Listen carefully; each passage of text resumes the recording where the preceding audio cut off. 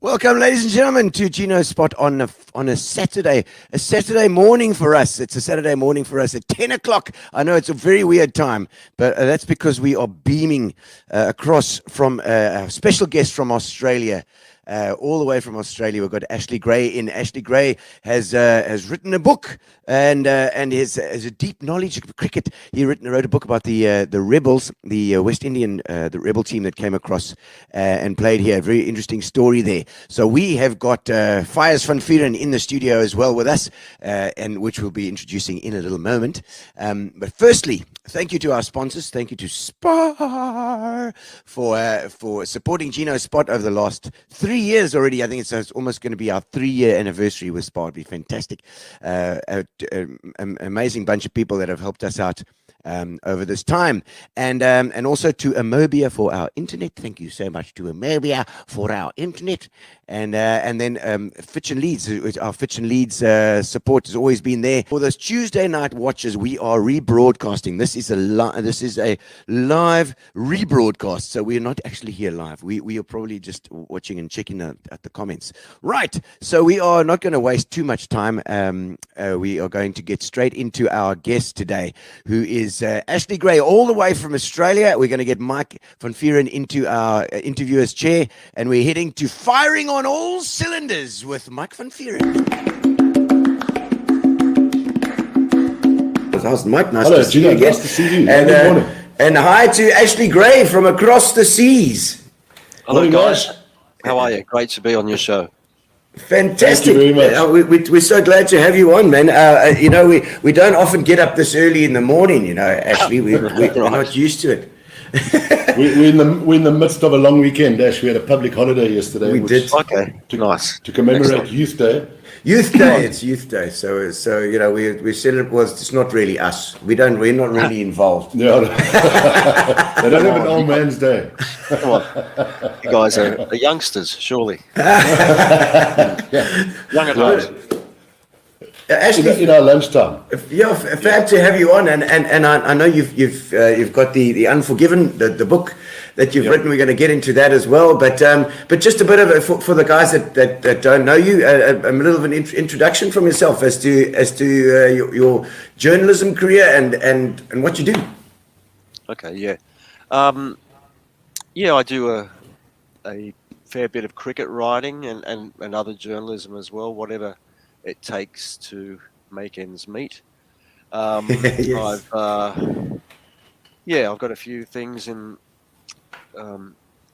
this year's edition of Wisdom, which you can read, and also contributed to the Cricketer and various other publications, and occasionally write the Daily Telegraph here in Sydney, on cricket. When did you first start focusing on cricket? And I imagine it must have been an Ashes tour, or not? Oh, at school even, probably. Yeah, just when I was at school, Yeah, but I mean, all the boys were into it. It was a big thing. The Australians were big in It still is, I'm talking like late 70s, early 80s, and sort of Lily Chapel Marsh era. Great era. Those guys were charismatic characters, and they great characters. Yeah, they had appeal beyond just cricket. In the Well, if you're talking about that, I mean, it was probably the time when that whole Benson Hedges World Series thing started. So it created a different. You looked at cricket in a different way from that period. Yep. Yeah, exactly. Yeah. Did you watch any of those? Sorry, Ash. No, I was probably a bit too young to get there myself, and I lived in Newcastle, which is sort of 160 kilometres from Sydney. So South of Sydney. Yeah, we've also got one. North. It's in North. Okay. Yeah. We've also got a Newcastle. Yeah. Yeah, well, it seems that the Empire dispensed Newcastles all over the world, didn't it? Yes, it was wherever there was coal. If there's coal there, then they made another Newcastle. I don't know about your Newcastle, but our Newcastle is shit. As is Newcastle in the UK. Yeah, It's not a place you want to go and. Oh, they speak very highly of you, you know, Fires. I'm sure they do. Look, it was,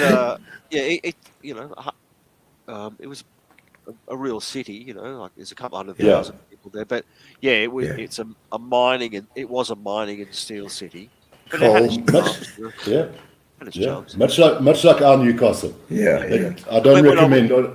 Yeah, when I went searching for some of the guys, I went to a very tiny island called Nevis in the Caribbean, and in the north part of that island, I mean, it's a little pinprick island. It's very tiny. Yeah. But in the north part of that island, guess what? There was a Newcastle. Newcastle. Well, before we get into the book, though, I haven't actually told Gino. Well, in fact, I think I told Gary yesterday. I was sitting at home one Sunday afternoon. I can't remember how many years ago. When I got my first and probably only ever call. In fact, Neil Radford's called me on Messenger. You were the first guy to ever call me on Messenger, and I got this funny ring, and I didn't know where the ring was coming from. It was a Sunday afternoon, probably around 4 o'clock, so I imagine it would have been about 12 o'clock in the evening in Sydney. Yep. And there's this Aussie voice on the phone. At first, I thought you were taking the mickey out of me. Well, I had to deal with that response quite often during the. I'm sure you did. You know? People often thought that I was a joke, or that it wasn't really happening. But but I can't remember how I got your number. Did I tell you how I got your number? I've got absolutely no idea, and that's what made it even more intriguing for me. But of greater interest was, I thought to myself when I put the phone down, an Australian writing a book on the West Indian rebel tour to South Africa, 30 odd years after the event. Wow. I soon discovered that it was a genuine call, and I mean that's where the relationship began, and it was great working with you. And you were good to me, Mike, because you not only had your own stories, especially about Ezra Mosley, but you were able to link me up with other guys, that played on those rebel tours. So it really, that was. Mike knows absolutely everybody. Not really. I wanted to ask you, whilst on that subject, there was a guy I remember. And are we allowed to go into the detail of this without getting poleaxed by government? There was a guy, one of those tourists, in fact, there were two of them, if I'm not mistaken, who didn't want to talk to you for fear of losing their jobs back home in the West Indies. Yeah. And one of the guys had actually played here, and I remember referring you to a guy called Aubrey Duff. He was a great soccer player. Did you ever talk to him? Yeah, and he knew Trotman. That's who you're talking That's about. Right. Well, Alvin Greenwich, in fact. Alvin Greenwich. Sorry, Alvin Greenwich. Yep. What Alvin a was great just guy very shy guy, and but he, he worked.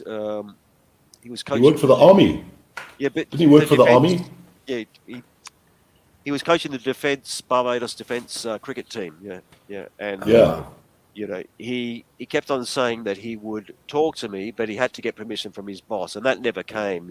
Yes. I think he was reluctant to ask him because, it was still a controversial subject. I suppose the guys they didn't want to bring it in if it didn't have to. Yeah, exactly. So I had to really,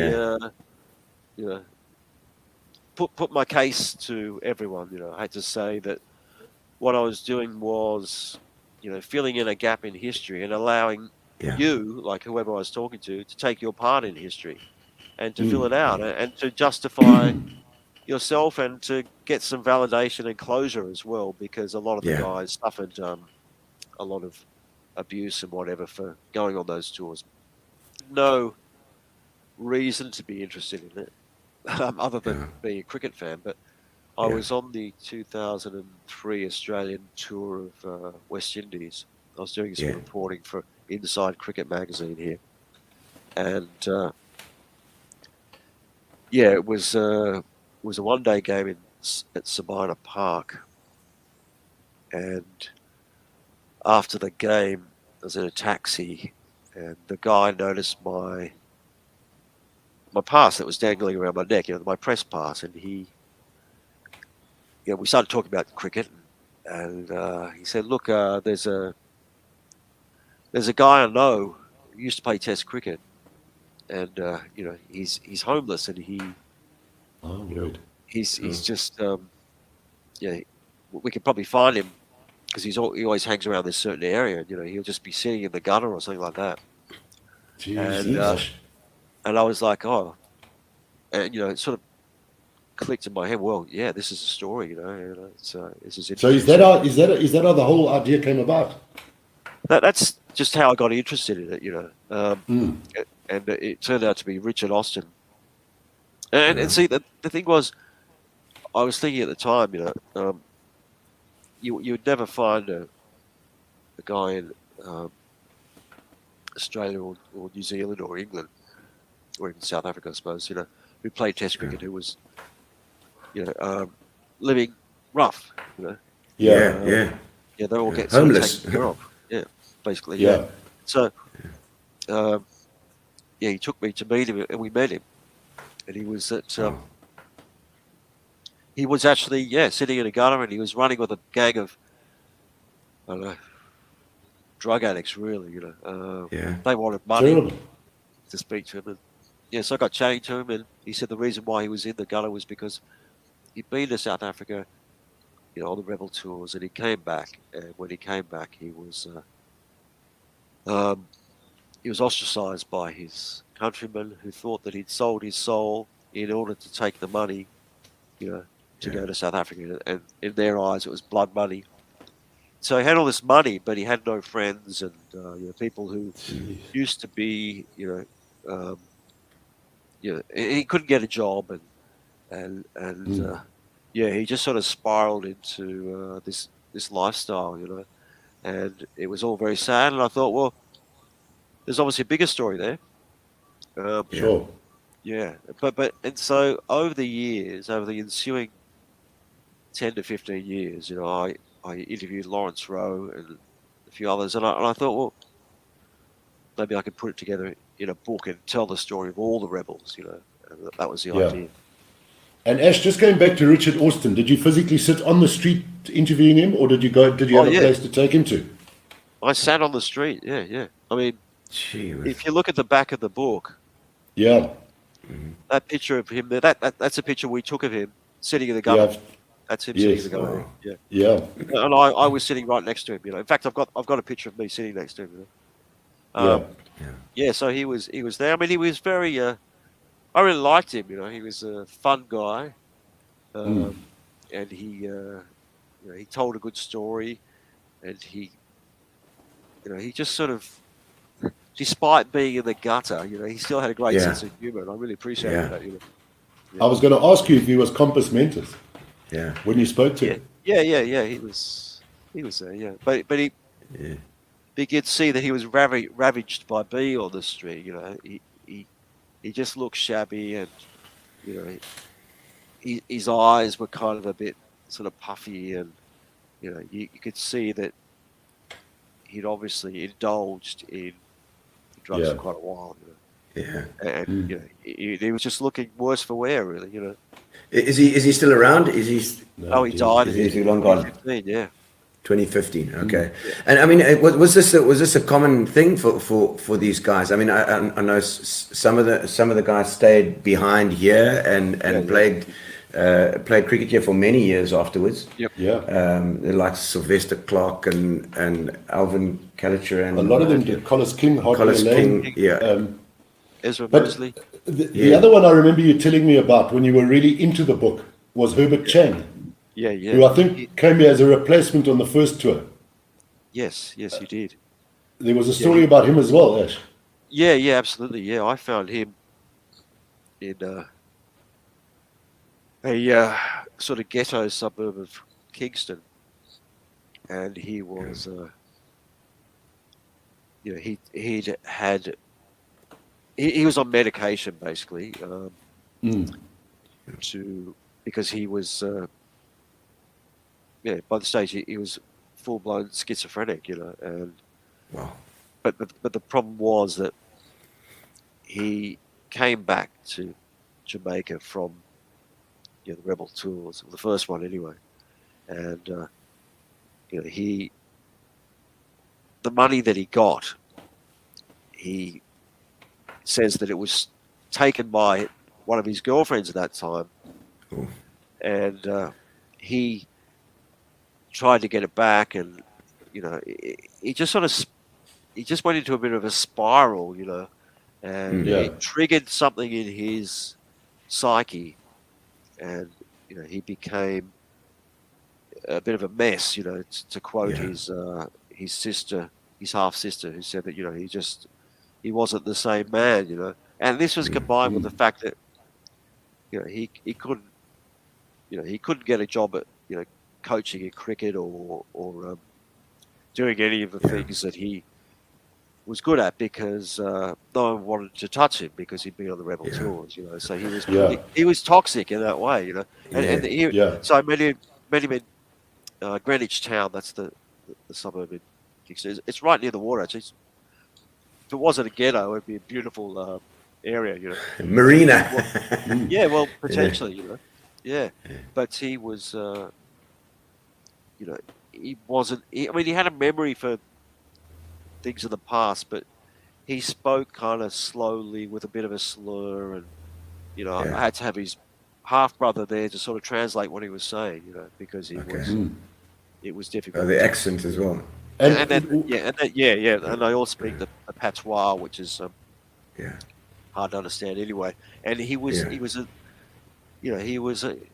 really enjoyed getting to know him, because I could see that the rebel tours had really destroyed him, and that he needed a lot of help. And I've since asked people at the Jamaica Cricket Association that I've got to know whether he can be helped, or whether he can be taken to shown some compassion and maybe taken to test matches or whatever, or for a day. But then again, on the other hand, he doesn't really like being with people the same way that he used to, because amazing, yeah.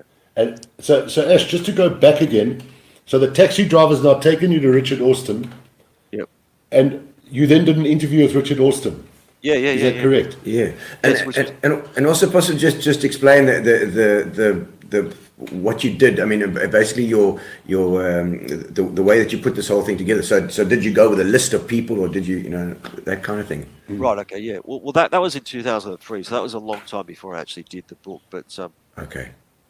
Yeah, he was. He was.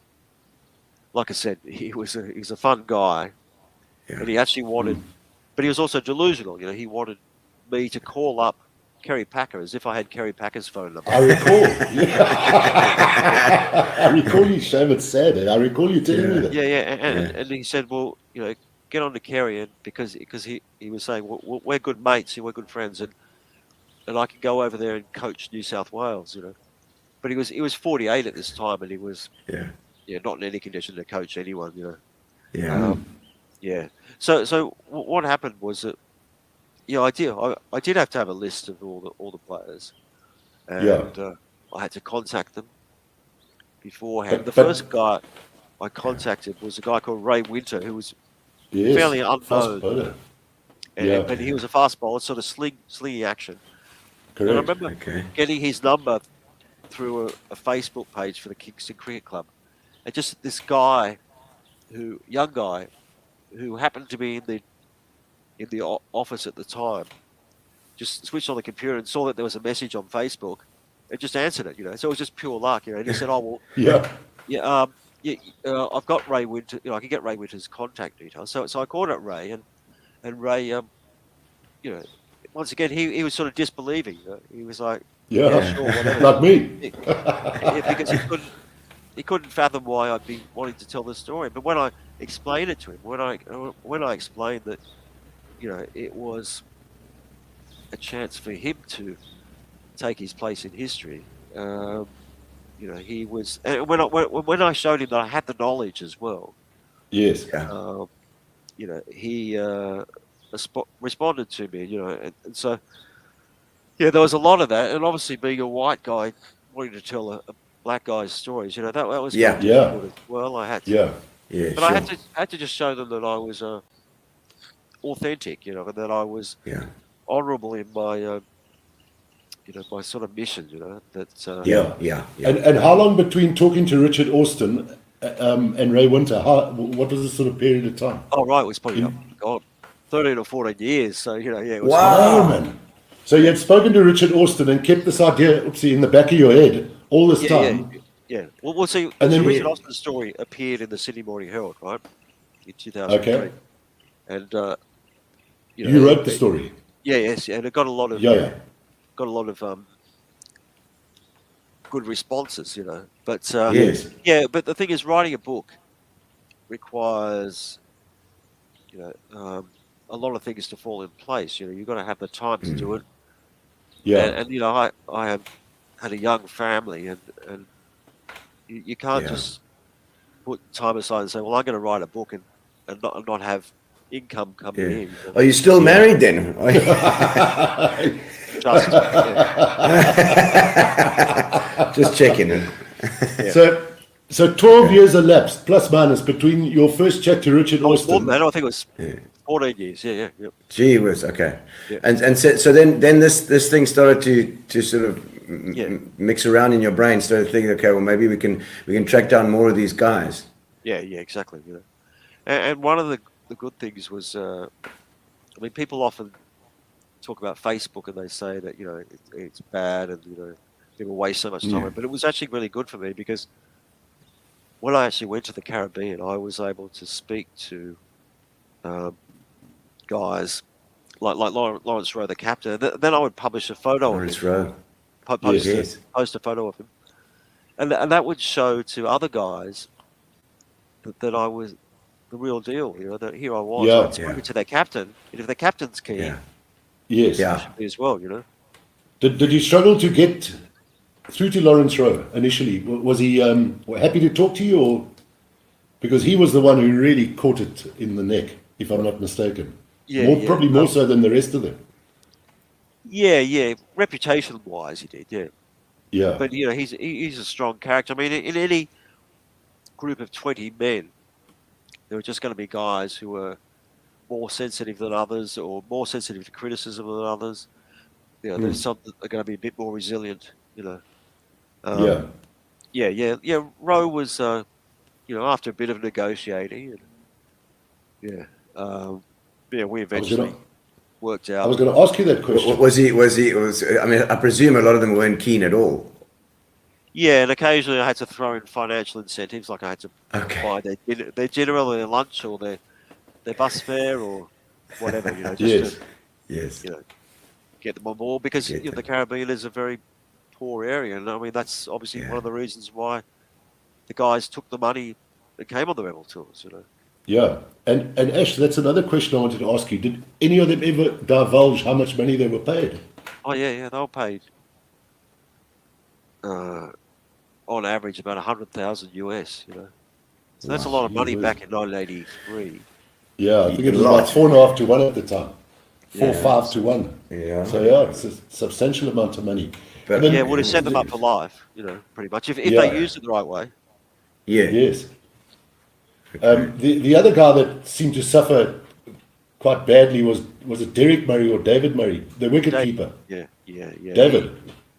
Yeah, sadly he passed away last year. Yes, correct. Okay. I wrote an obituary for him in this year's Wisdom, because I mean I had an insight into him that few others have, because I spent close to a week with him in Barbados, and he was a lovely guy, very gentle, sort of almost Rasta like. Yes, correct. And and he said that he was constantly called a race traitor and all this kind of stuff. And, Really? Yeah, when he was back in Barbados after the rebel tours. But what you've also got to realize with him was that he had a bit of a marijuana addiction anyway. So I know that for a fact, even when they were here. Yeah, so that kind of predisposed him, I suppose, to you know, Going to ending up perhaps not in the best of positions, you know. But like I said, he was a lovely guy, and he's very gentle kind of character. Yeah. But Okay. but also he knew how to play the game as well, like because Yeah. other journalists had been over to the Caribbean and they'd seen that he was not so much destitute because he had a place to go, but he was basically dealing drugs on the beaches there. You know. Yeah. In fact, one time he tried to sell me some drugs on the beach there in Bridgetown. So he was a nice guy, but he had his problems, Very nice guy. and they were compounded by going on the rebel tours. Yeah.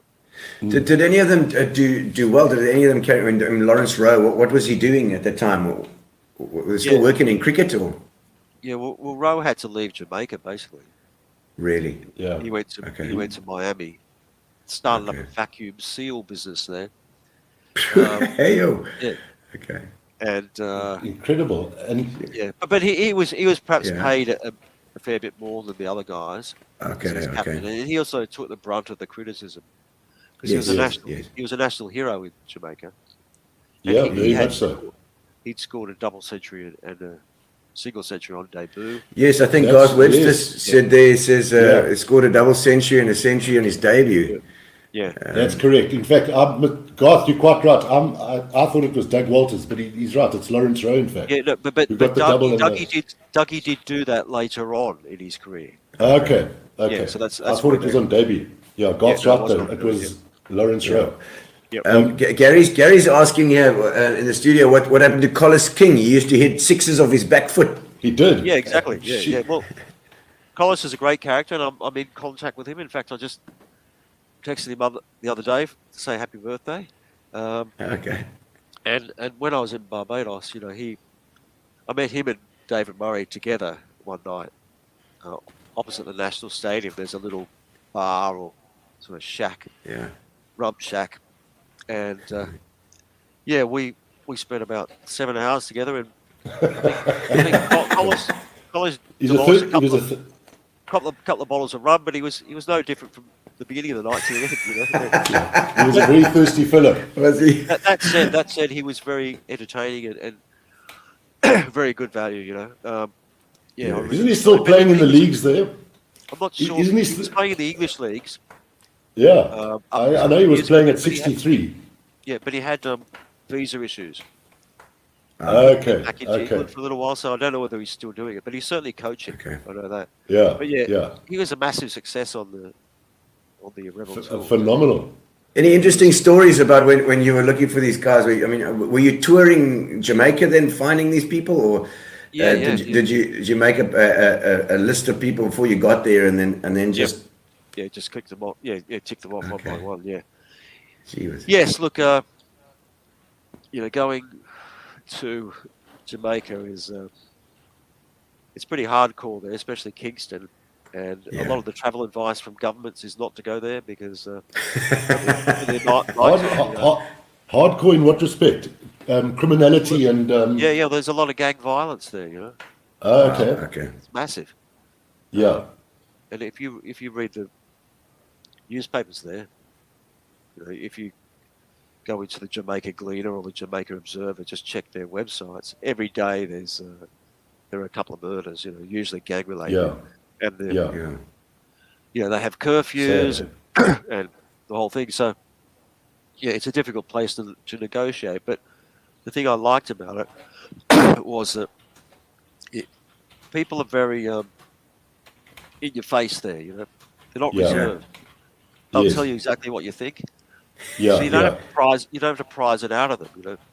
Yeah. Yeah. So you'll get an opinion, without having to ask for it, which when you're trying to write a book is good, because So I found that interesting. But I mean, there was a time there where I was down in downtown, which is really the sort of poorer area, but poorer old colonial area right next to the water there. Yeah. And there was Yeah, there's a big park. I think it's Independence Park just nearby, and I was there. And there was a guy with sort of selling books and spruiking some kind of philosophy, and I was the only white guy, probably amongst about 20,000 people because there were markets and everything else, So I stood out. Yeah. I was with a taxi driver, and the guy that was selling these books, he was sort of dressed up in this strange suit with a hat and all the rest. He beckoned me over and he said, "Your time is coming to an end, Mon." And I said, "What do you mean?" And he said, "Yeah, the white man, it's all over." Yeah. And I said, "What do you mean?" He said, "It's because of our hair, I said, "What do you mean?" He said, "Our hair is thicker. We can pick up signals, Yeah.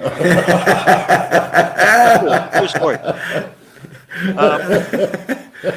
But that, I mean, that was. Sounds like you're safe, Mike. You're safe. I'm very safe. He's got no hair. Yeah. So I mean, there were funny incidents like that, But Ash, so just to interject here. So by the time 14 years had elapsed, so by the time you decided to speak to Ray Winter, had you then made up your mind that you're going to do this book? Oh yeah, absolutely. Yeah, I got a contract, okay, so publishing contract. I see. Okay, so okay. All right. Okay. Yeah. And, were there any success stories there with the guys? I mean, anybody that did nicely afterwards? Yeah. Well, someone like Colin Croft. Yeah. He was never going to be fazed by any criticism. This is what I mean. In a group of 20 guys, some guys are just it's water off a duck's back. To other people, it hits them in the gut, and they can't get over it. So he went on to have a commentary career. I think he got his. He was a pilot. Yeah, aviation. Did he fly for Delta? He flew for Delta, if I'm not mistaken. Yeah. I remember, in fact, going to watch a cricket match once with Hartley Alan, who we became close to in South Africa. Right. Now, Hartley, if you remember, was one of the real characters. He is, yes. And he's a great guy. He had a great guy. He had just heard that Colin Croft had just become a United Airlines or Delta pilot. Okay. Right. And Hartley Alan stood there and he pointed to the pitch. And he said, "Hey, man, you see that pitch there? I wouldn't fly that far with Colin Croft." Yes. Well, yeah, I'd probably think twice about it too, to be honest. But Colin seemed to do all right. He pocketed the money and got on with his life. And doesn't, and even today isn't really fazed by the criticism. And there was another guy, Derek Parry, who's an off-spinning all-rounder from the island of Nevis. I think I spoke about before. There we go. No, we had lost you for a moment. We lost you for a bit. Right. But we're back. Okay, cool. Yeah. But yes, I mean, was everybody that stayed here after? What sort of percentage of the guys? Was it sort of half that stayed here and went back?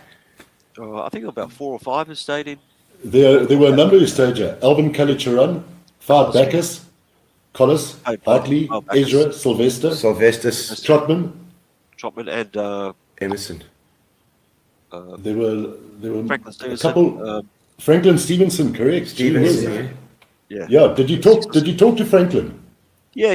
He has his own sort of cricket academy in. That's right. Yeah. It's basically just a cricket field with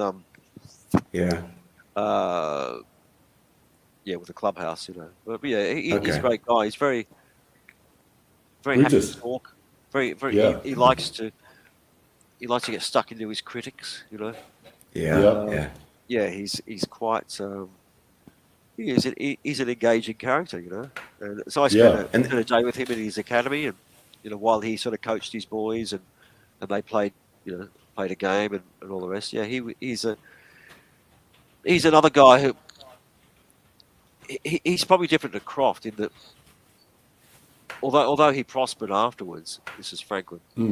He still resents those people that criticize him for going on the rebel tours, and at one point he was almost threatening physical violence towards one guy that we talked about. So it still sticks in his craw that that they copped such bad press for going on the rebel tours, But lovely guy, really enjoyed his company. I wanted to ask you, Ash, who were the guys that didn't want to talk to you? Well, Croft, he just told me in no uncertain terms that he wouldn't be speaking to me, and that he had no reason to speak to me, and he didn't give a stuff about my project. Yeah. Yeah. So it's because I suppose it's had such an impact on their lives. You know, it's like it's like another thorn that they want that comes out. And did you discuss the political ramifications in your book as well? The side. Yeah, absolutely. Yeah, I mean, okay. It was. I mean, politically, see, in the Caribbean there was a big anti-apartheid movement there. You know, a lot of the guys were, a lot of politicians there really exploited the tours. You know, jumped on that. Showed that they were holier than thou, I suppose. Yes. And they made a lot of you know, they made a lot of the fact that, you know, in their eyes, you know, that these guys going to South Africa, as I said before, were taking blood money, and they were dishonouring their race in their eyes. So they were able to exploit that back home, and you know, there was quite a lot of sentiment against the tours. But then again, on a sort of man in the street level, there was a lot of sympathy for the guys, because they were thinking, well, you know, this is their profession; they should be allowed to go and do what they want. It was a fine line. Fine line. The fact that there were obviously big political ramifications, especially for those players. Their greater following in this country because of apartheid were whites, effectively little kids and so on. I mean, they revered these West Indians. And if you look at the little clips on YouTube, for instance, I think it's called Branded a Rebel. You'll see there the following. And, you know, the sad reality is, you know, it was pre-94. So a lot of the coloureds and blacks were sadly not allowed at the games. But I think what got up people's noses in South Africa, and rightly so, was the fact that these guys, the government in their wisdom, gave them honorary white citizenship. So you had this... what a night, what a farce. Which was really wrong. Yet they were getting kicked out of restaurants, they were getting kicked off buses, they were getting kicked off trains. It's because the apartheid was so which is very, very sad. It's just a nightmare on all sides as far as the politics goes. And we'll see. They were able to do things that ordinary black people weren't able to do. So they were able to go to beaches and hotels and nightclubs, and fraternise with, you know, white women or whatever, which apparently they did for quite a large degree. So they were able to do these things that ordinary black people weren't able to do. So crazy situation. It's just that, like, it's this whole thing where you get a piece of paper and you can do something, and you know, it just shows the I think the craziness of the that's what apartheid made system. it crazy. That's what made it crazy. But I mean, there were instances. I remember when Ezra played here, for instance, between Ezra, Carl Baumister and I, we shared rooms on tour, and there were a lot of places that basically ejected Ezra. You know, and then we'd obviously feel compelled to leave with Ezra. But there were other places who accepted him with open arms. You know, it's just it's like a ticket not to get in trouble with the military police or the police. Well, it's crazy. I don't know if Collis or Hartley ever told you about the incident in Durban, where they had a hired car, an Avis car, and they were driving through Durban North, and the police thought that they'd stolen the car, and they opened fire on them. They started shooting at them. Good Lord. Meanwhile, I mean, they were two great guys, two great cricketers, you know, so that was at a time when I think there was a curfew here. You know, unbelievable. But then, Ash, I wanted to ask you, who else did not want to talk to you? Emerson Trotman didn't want to talk to me. Where was he, by the way? Was he in Holland or back in the West Indies? In Barbados. He runs a bar there at a place called St. Lawrence's Gap, which is a tourist area in Bridgetown, or just out of Bridgetown, and he was very sort of confronting, when I went to speak with him at the bar, because I showed up, rocked up at the bar and introduced myself, and then he basically said, "Look, if you write anything about me, I'll sue you." What was this after you told him there's no money on the table for? Because I'm sure if you put a bit of money there, he would have spoken. Well, what happened was he called up his manager. I mean, I couldn't believe that he had a manager. He's the least known of all the rebels, I suppose. Yeah. Well, he was quite well known here. Yeah, he became well known here. But in a broader cricket sense, if someone said who's Emerson Trotman, if someone says who's Lawrence Rowe, most people go but Emerson Trotman. Okay. So he called up his agent, and while I was there, because I could see that he was sort of interested as well. People want to tell their story. Of course. It's human nature to want to tell your story. So he called up his manager, and then he said, "Oh, if you give me $5,000 US, And I was like, I had a feeling that part of it. Yeah, correct. I had a feeling that did others also ask you for payment or suggest that you make a payment? Yeah, that happened. Yeah, I'm sure it would have frequently, but not in that sort of straight up kind of way. Yeah. And Ash, if you gave me recall, a beer though. He gave me a free beer. Oh, really? Thanks, Emerson.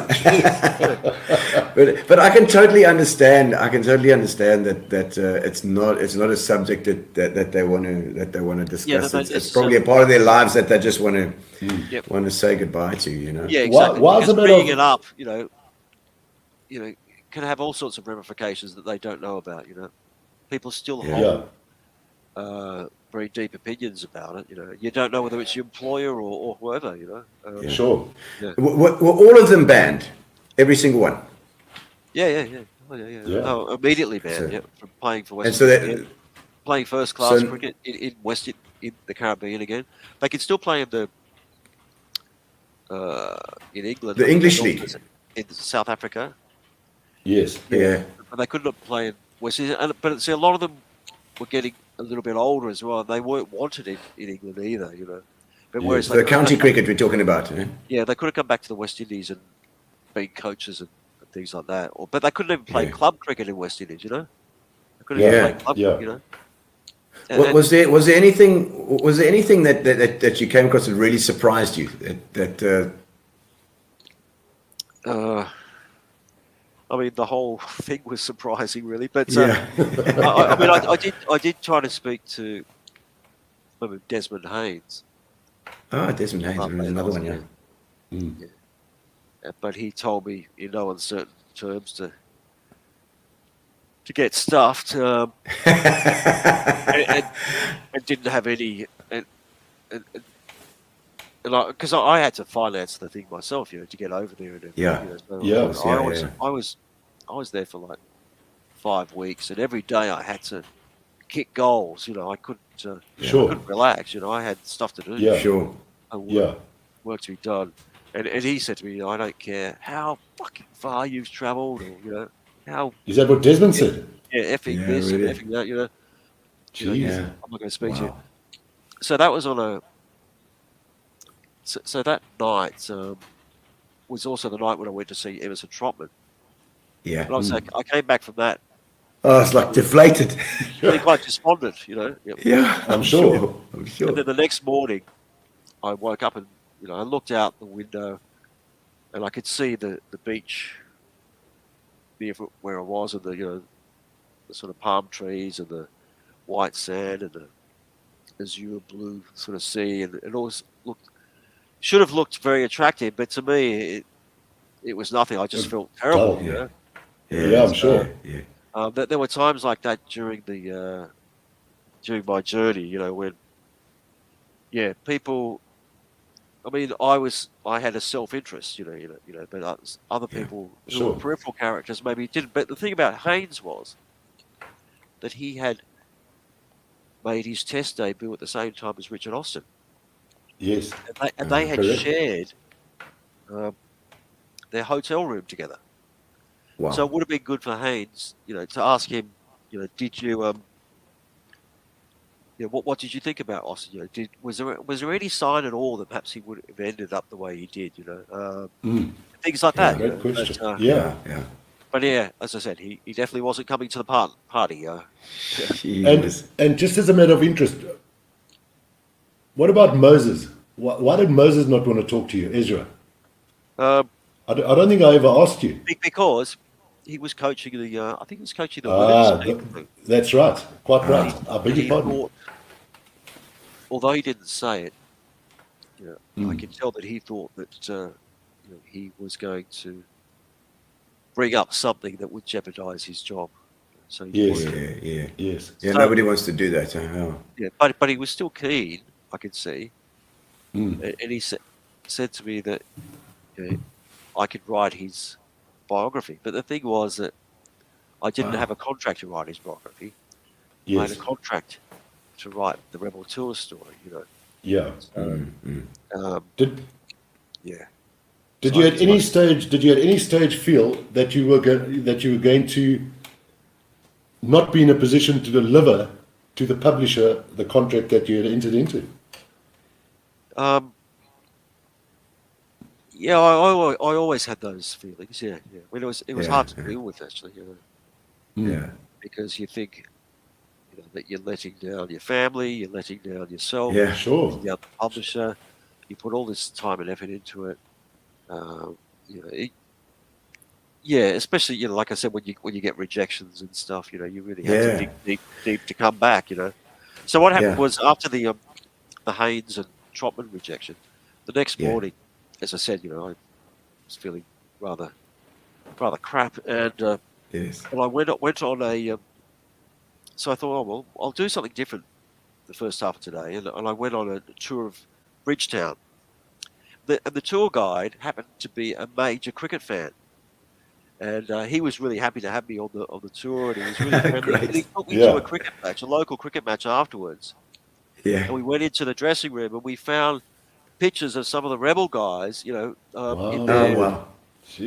their club sides, back in the late 70s and early 80s, and that led to me meeting someone there who knew someone else who got me an interview with someone who was very close to one of the Rebels, So it sort of regenerated my zest for it, there were times sitting here in where I am right now, where I look out to the backyard and think, God, is this ever going to end? Yeah. It was right. It was tough. It was tough. Yeah, I'm sure. Have you got any stories or anecdotes or things that stood out for you?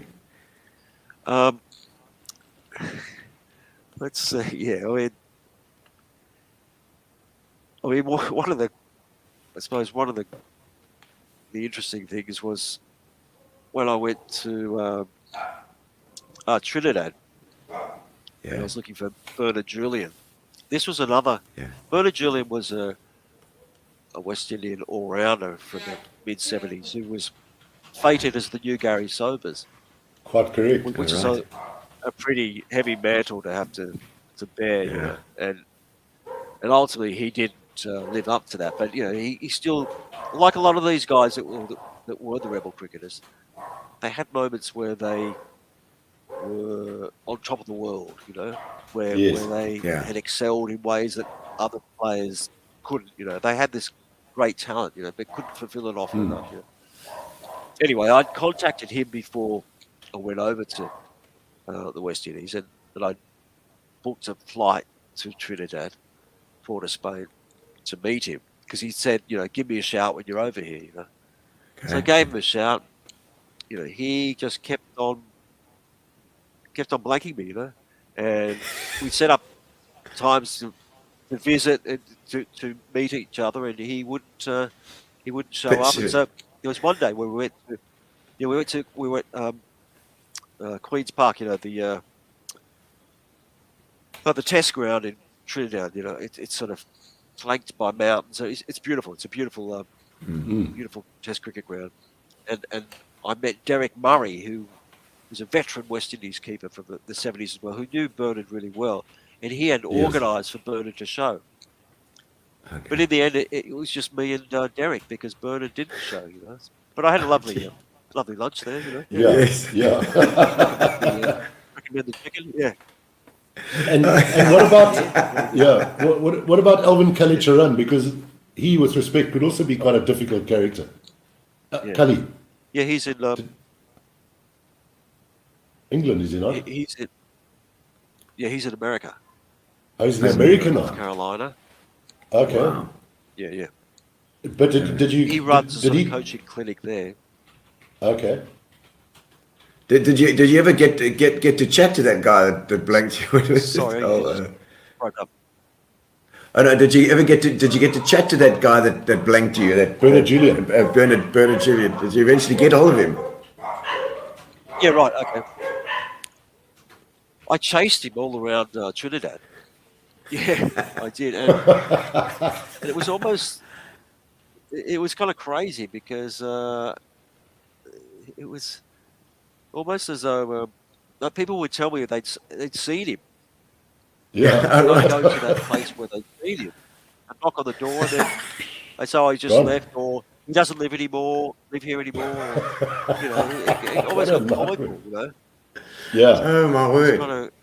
It was kind of crazy, But he obviously didn't want to speak because cold Yes. feet. see, the thing with Bernard is, the thing with Bernard was that he had health problems, and he was a very good-looking guy in his pop, His day. Yes.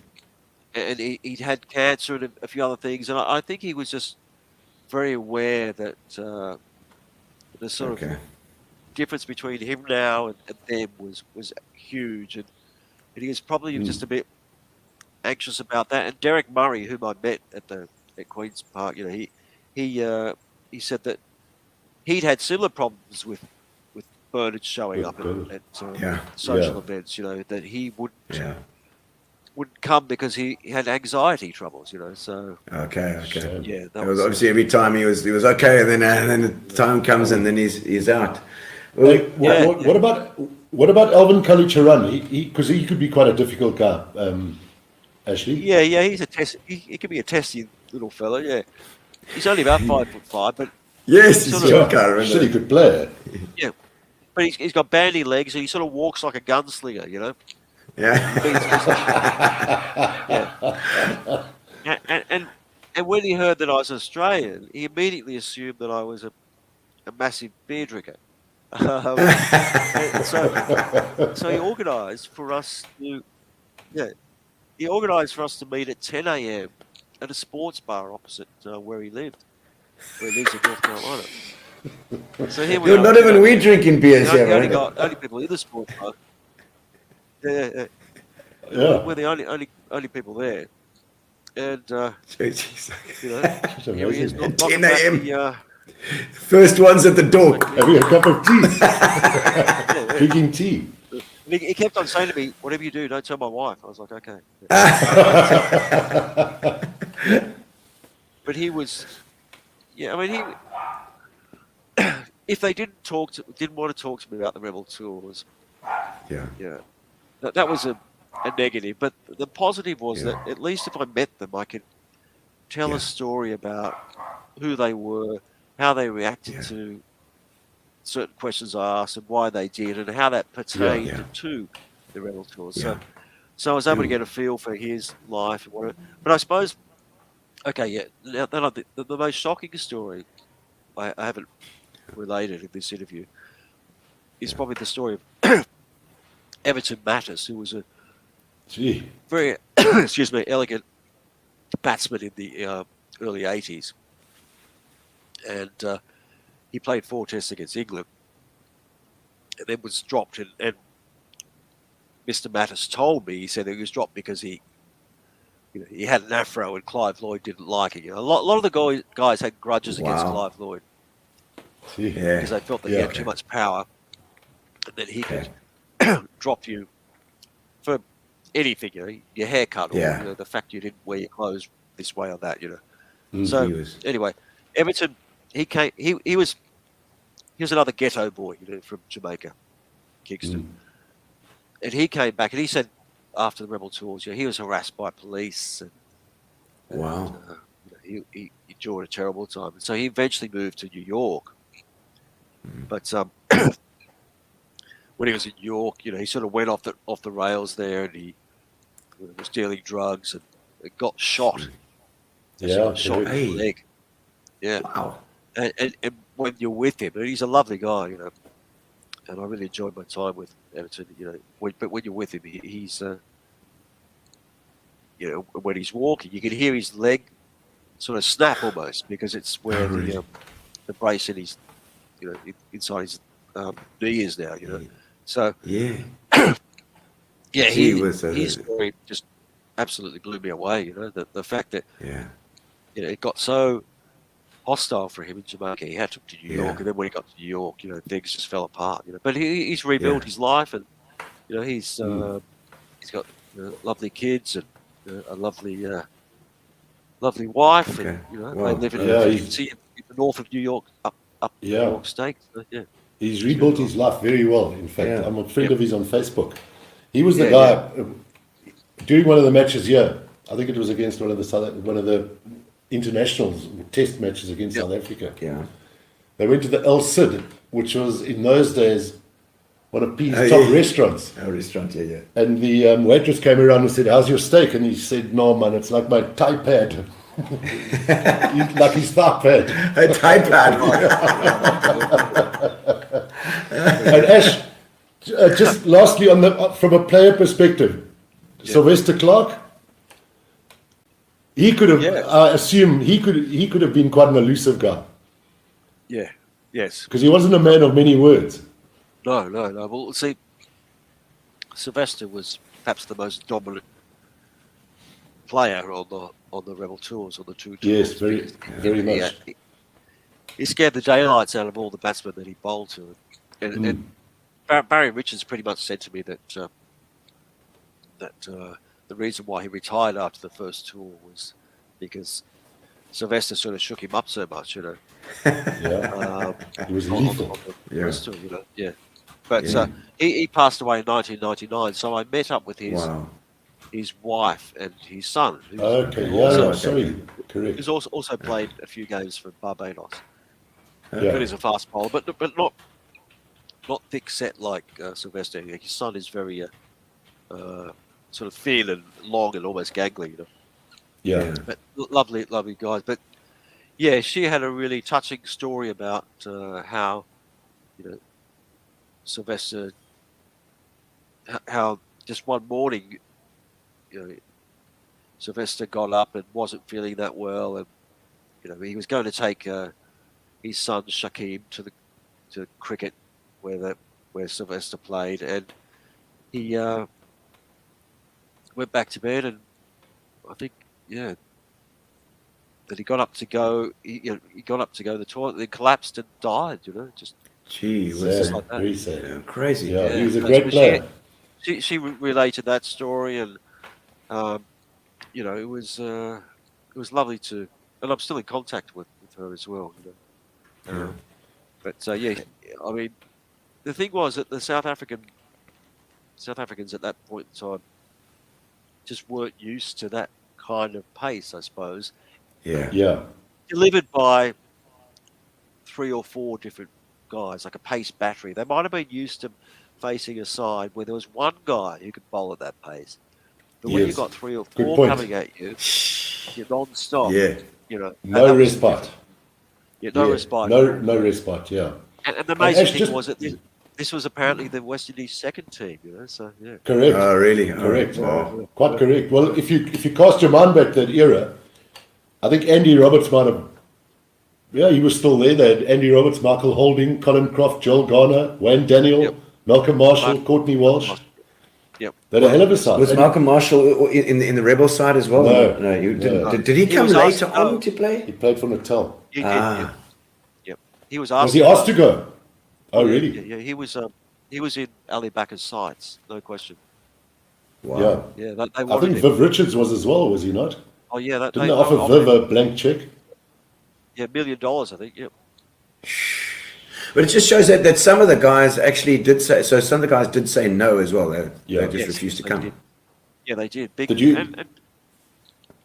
And the reason was that they felt that they, well, they, you know, they presented it as a question of principle. You know, that they would not sell out their black brothers by going to play in a country that discriminated against people of their own colour, which was a fair point. Yeah. Yeah. But the other point that was pointed out to me by Roland Butcher, the first black guy to play for England, was that they could afford to do that in the sense that they were stable members of the West Indies first side. They had commercial deals, and that they were sort of embedded in the establishment of West Indies cricket, whereas these other guys were either not being selected, slightly over the hill, or whatever, you know. So they were on a different trajectory. So the question that Roland Butcher asked me, or asked in general, was that you know, would these guys like Vivian Richards and Michael Holding, who were very against the tours, and with good reason, would they have been against the tours if they were in the same position as correct? Good point. Yeah. Great point. Sure. And so the other guys didn't have much of a choice as far as their life went. Well, when that much money is dangled in front of you, you know, and coming from the impoverished regions that they came from, you know. I mean, David Lloyd George, who was the British Prime Minister in the 30s, First World War, around then, you know, he called the Caribbean the slums of empire, you know, because it really was, you know, very difficult place to live because of the poverty, you know. Yeah. So, I see Johan Cup's got a comment here. He says Ian Botham wrote in his book that he declined an offer for Rebel Tour due to his friendship and respect for Viv Richards. Yeah, they're best mates. Real, they're good mates, those two. So Ash, you've overcome the one hurdle. You've now done all the research. How long did it then take you to put it all together? About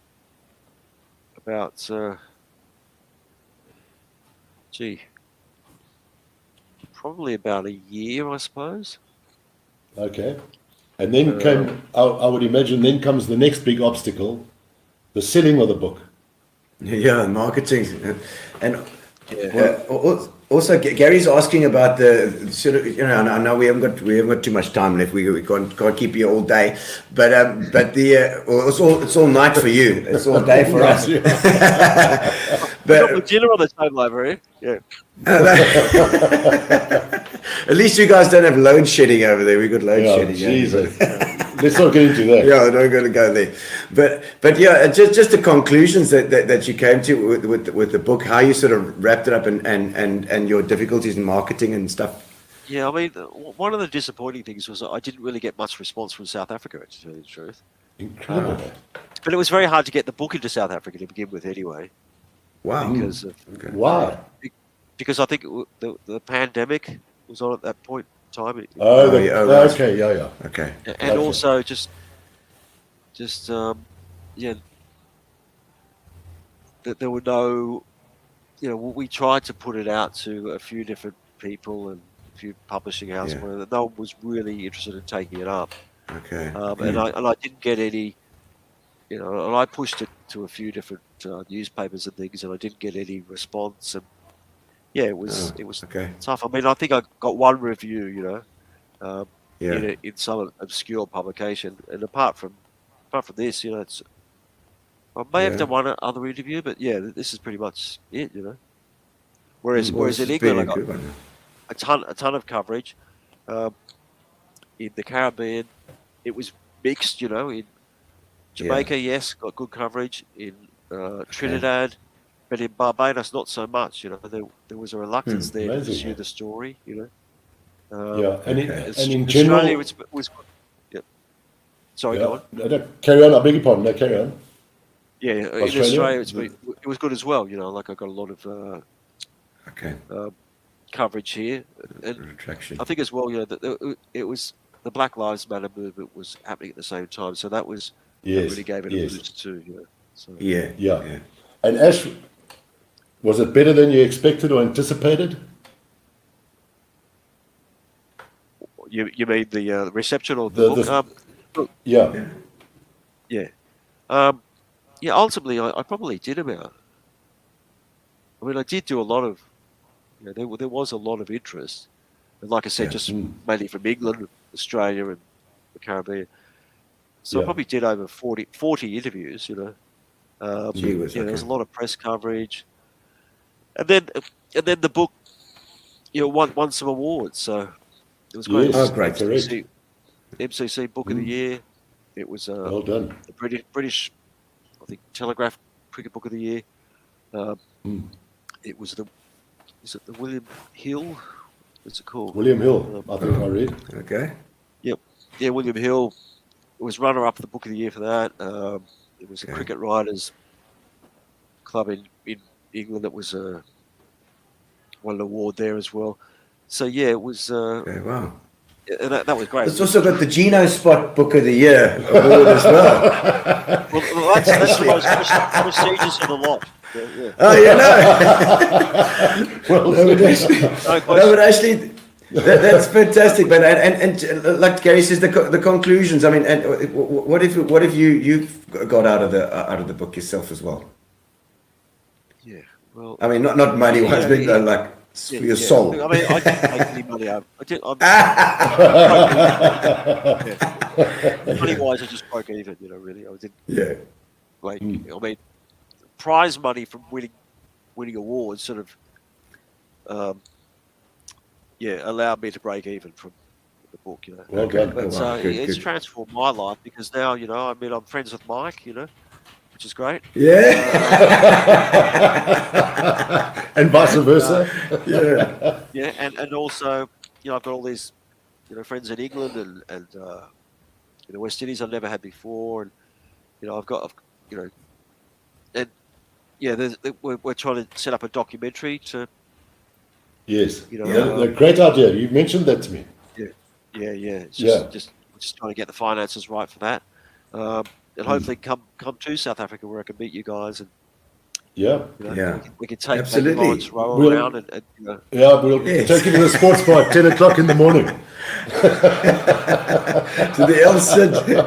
But Ashley Gray, thank you so much for coming on the show, man. It's been fantastic to chat about this. An incredible, incredible story. But I hope that, thanks for your time. I'll give you a shot tomorrow. Your time tomorrow.